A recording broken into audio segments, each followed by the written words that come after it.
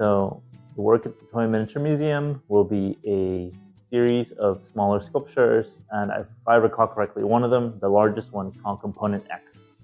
And the works are research into machine parts and works of art and ideas about how our world is put together, bigger systems and smaller systems, and typically you'll see that in things that are designed by humans, whether it's a clock, a phone, or something large like an airplane.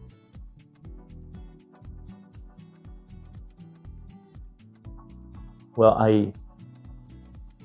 I saw the open call, but I also knew that Carlos, a good friend of mine, was going to be putting together and working with the exhibition. So I knew that I could trust on somebody to really handle the work in the most appropriate manner. Some of the stuff that you'll see in my studio today is rather large, but I think it's more about, rather than size, it's more about scale. So miniature is a really wonderful way of thinking about how a model or a toy or a little trinket can actually showcase quite a bit about our world. Think of larger systems like a big city and traffic moving in the city, but also your blood cells moving in your body. So that's one of the ways in which you can think about how scale and size are not the same thing. And those are the things that you'll actually see in the works at the Toy Miniature Museum.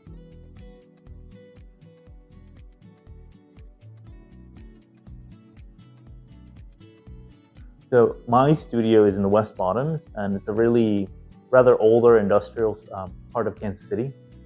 And if you pay attention, if you look close enough, you can see how the way in which we used to put together buildings before was much more different than what we do now. And so I particularly like to pay attention to things like the rivets on the bridges, or even some of the larger steel structures that make up your surroundings. So when you walk around the West Bottoms, you can get that feeling.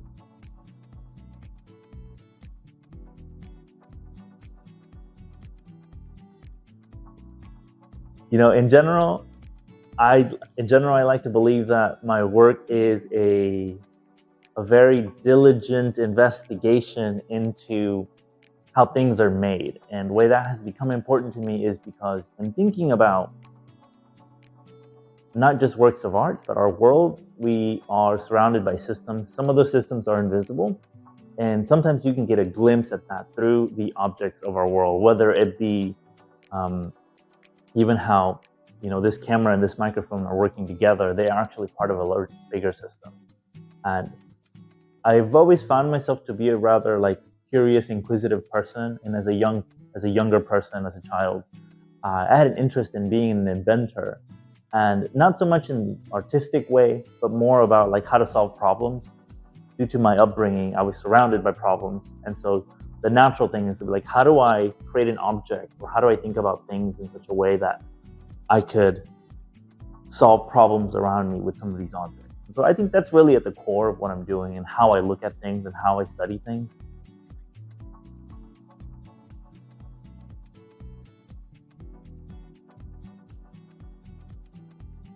I think in studio, not so much a ritual, or it may not feel that special, but I think I clean a lot. I clean up usually when I first come in. That's what I'm doing, so that I don't feel like I have to clean up when I'm done. And it's also such a great reset to getting in here. It's a type of cleaning and organizing that I think it's also rather systematic and kind of a little OCD, but there's a little bit of a ritual there. There are a handful of different things. Lately has been aluminum, and now stone, jade and obsidian. So there's a bunch of different materials, but I think what they all have underlying is, again, utilizing and researching systems and depicting systems by putting things together. And I think ultimately, whether it be one of the larger sculptures in studio or one of the smaller things that you'll see to show, I'm thinking about how things are being put together, but also how they can display a type of thinking. If you see something, you're like, oh, clearly a person made this. This isn't an accidental, or nature has a way of doing things a certain way. But when you see something built by a person, you're like, oh, I know a person is here.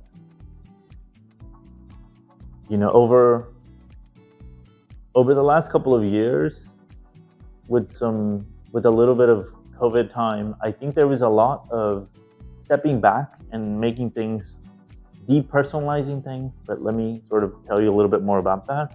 Stepping backwards or zooming out and thinking about how the work that I'm making and designing in studio can actually serve as a tool for a larger discussion.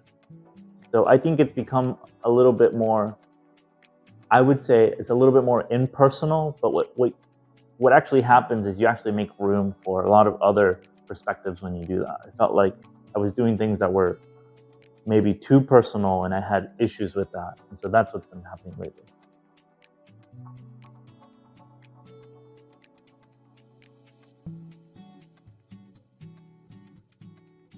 You know, I think I've actually recently had a very similar discussion with somebody about this. It wasn't so much art. I don't believe that I have a very poetic sense of the world. It was more about how to solve another problem in my life and how to be a professional, or how to be someone who could attend college as someone who had immigrated to America.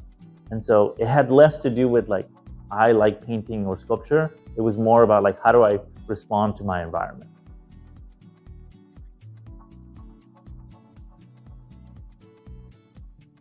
Again, ironically enough, finding your artistic voice is a really specific journey for all creative individuals. I mean, actually, I think all people. But by making things less personal, I actually found quite a lot of relief.